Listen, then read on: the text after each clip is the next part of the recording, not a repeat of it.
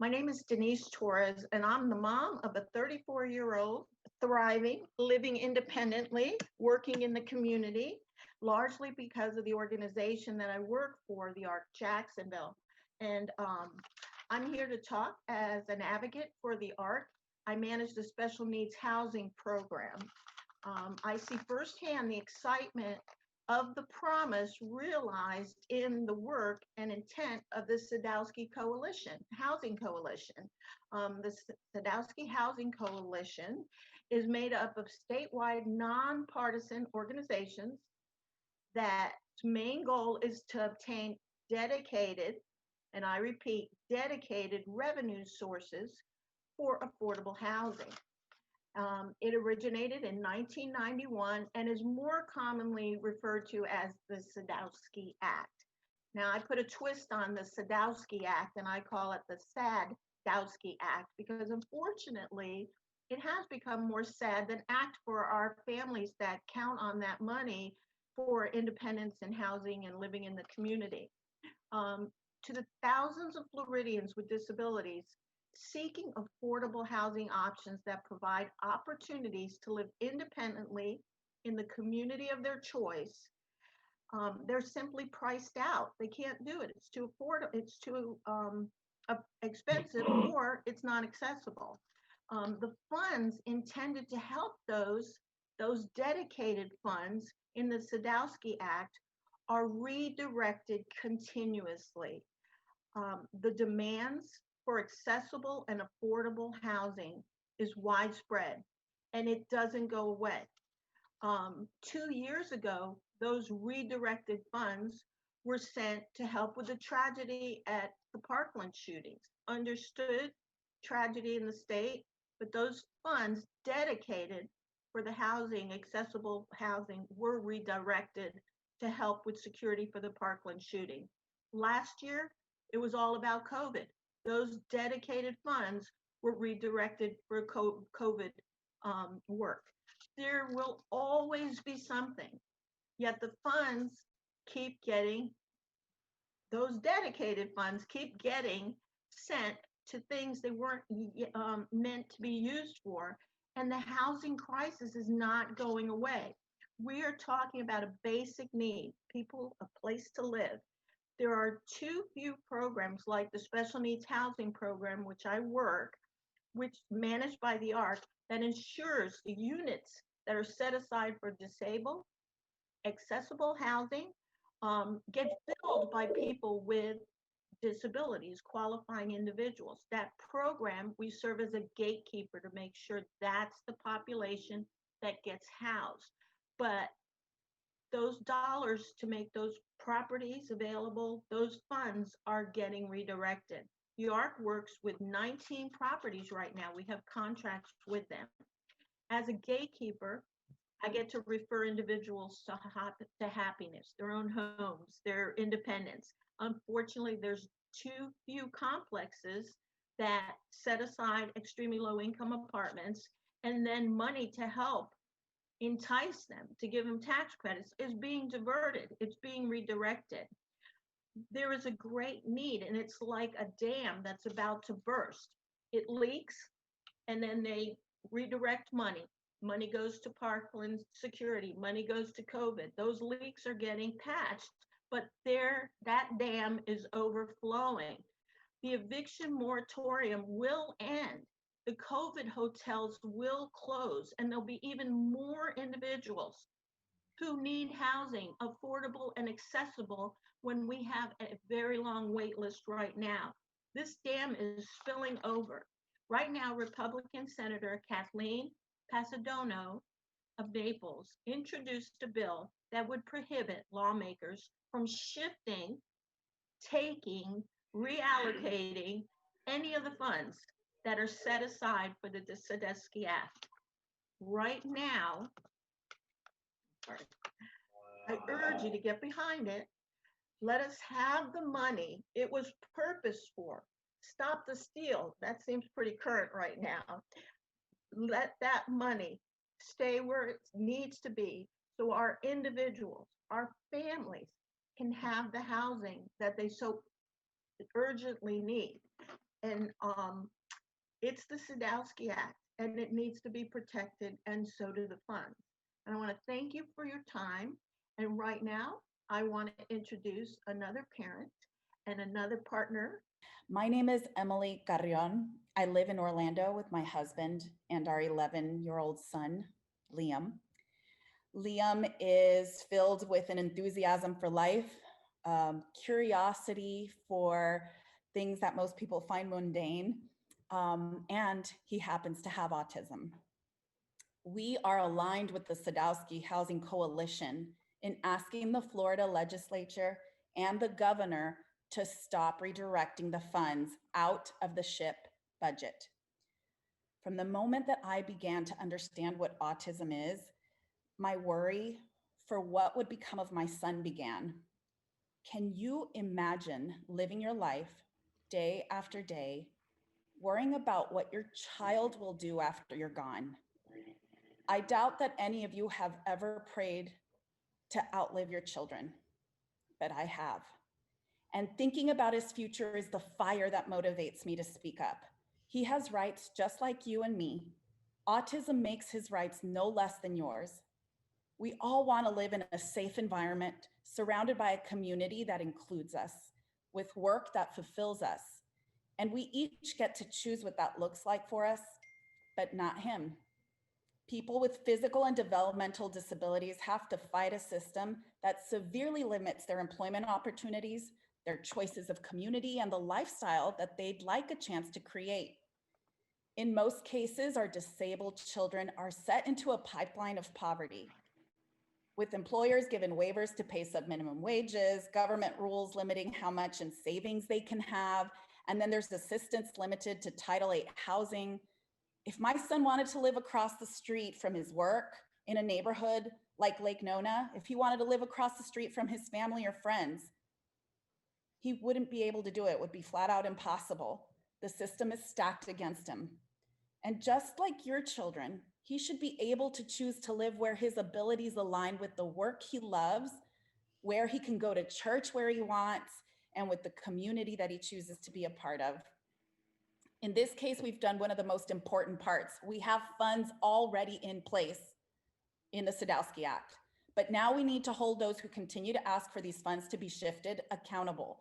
We need to market SHIP to those agencies that may not know of this opportunity, and we need to connect the funding to the need that is present. My vantage point is of what's coming, but next is Samantha, who's going to let you know about her current experience. I want to thank all the legislators and policymakers present for taking time today to listen about an issue that is affecting your constituents in the disability community. I'm Samantha Bron, and I'm from Hillsborough County. As a self-advocate, I would like to shed some light on some of the positive outcomes of what can happen when government assistance is used in conjunction with proper resources in the right environment, specifically housing programs for people living with disabilities that are funded from the Sadowski Act.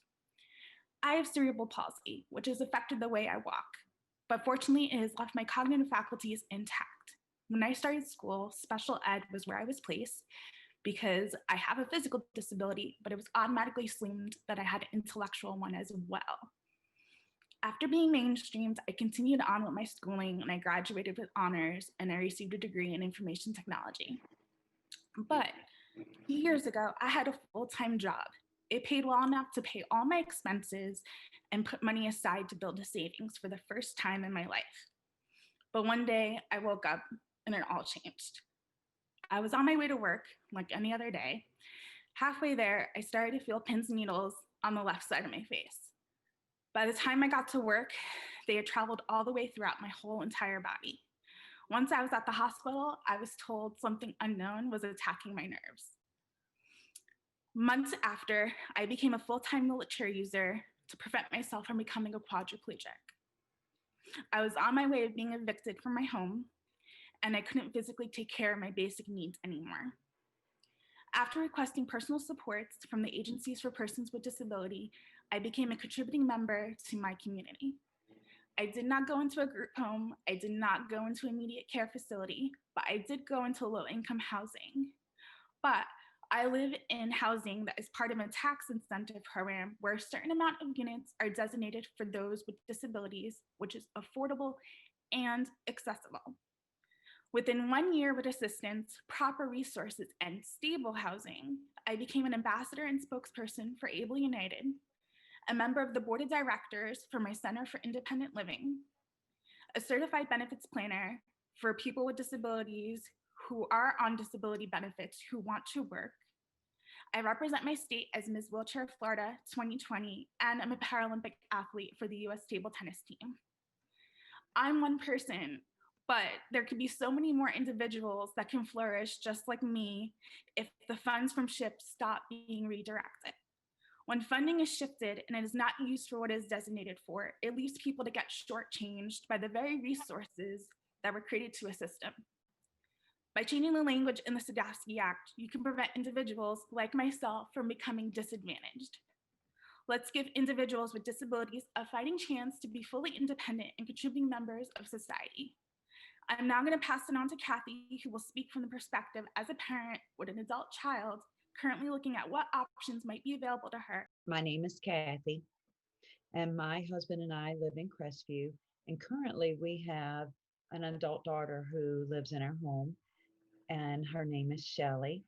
And although Shelly has intellectual disabilities, her disabilities do not define her. And I chose this picture today to show you because I want you to notice that Shelly has an honors rope hanging around her neck from our very own Northwest Florida State College right here. Shelly is bright, funny, determined, and successful. And now Shelly is determined to live a more independent lifestyle, hopefully in her own home.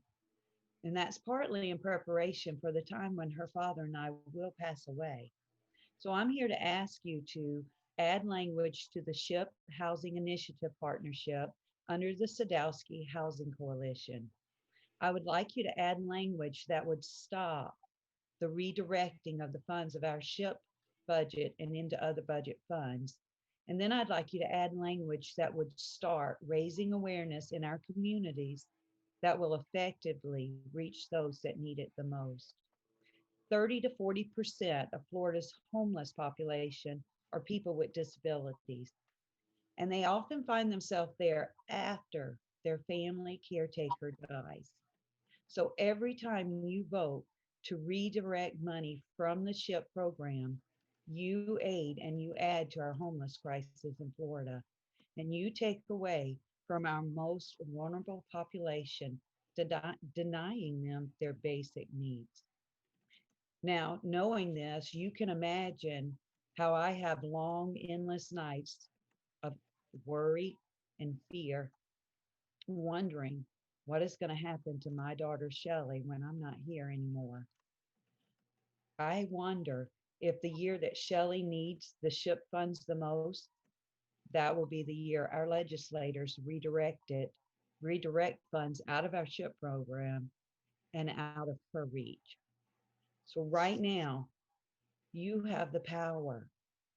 You have the power to change the language in the SHIP funds program so that when I won't be here one day to help my bright, determined daughter, just maybe Shelly won't be defined solely on her intellectual disabilities, and maybe she won't be added to the homeless crisis in Florida.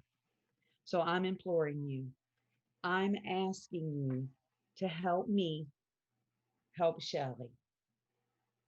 I'm asking you to stop redirecting funds out of the SHIP program and away from our most vulnerable population. I'm asking you to stop aiding and adding to the homeless crisis in Florida by denying the basic civil rights of the disabled. And I'm asking you to help with the language to start raising awareness in our communities that will effectively reach those that need it the most. Help me help Shelly and in her future. And thank you for your time. And now I'm going to pass it on to a self advocate, Matt, and his experiences that he's experiencing now. All right, thank you, Kathy. Thank you, senators, legislators, and representatives from hearing it from us today. My name is Matthew Gazelle, and I'm from Martin County, and I am a self-advocate. All in all, we want to be able to stop the shifting of funds from SHIP so the money can be used for such things as builders to build more properties across the state. This will positively impact people like me who are thinking about renting a home/apartment, but I need the services and guidance to find housing that fits the lifestyle I desire. Right now, I am currently living with my parents. I go to a community college, and I would like to eventually rent my own apartment, not from now, but in the near future. However, the problem is there's not enough apartments to go around for people with disabilities, and the apartments that do come around are not very affordable as the rent prices are high. I had a conversation with my EC teacher from kindergarten through second grade, who now runs a charter school, and then about, about people with disabilities possibly living on their own. And she said it is very hard for people with disabilities to rent buy a home or an apartment because of how high the prices are and the bills you pretty much have to pay. She said the people with disabilities who enter a job straight out of high school are not able to afford a home on merit. In essence, this is what she told me, and I will never forget what she said. She said that no matter how hard you work or how much money you're making, it is nearly impossible for people with disabilities to afford their own place. And that, to me, is very concerning. People with disabilities should be able to afford to live on their own if they choose to. They shouldn't have to keep working all the way to the bank to make enough money only to not afford to rent a home/apartment of their choosing. We want to make sure we have enough apartments and housing to go around so that people with disabilities like me can get an opportunity to live on their own while working and making enough money to be able to afford an apartment or home of our choosing. So we are asking your support to add wording to the bill to not shift the funds from SHIP so builders are able to build more homes across the state and for some of the SHIP funding to be used to market and communicate this program to those of us who need it. I leave you with this. I should be able to choose where I work, where I go to church, and with the community I choose to be a part of. Help me prove them wrong by redirecting the shifting of funds.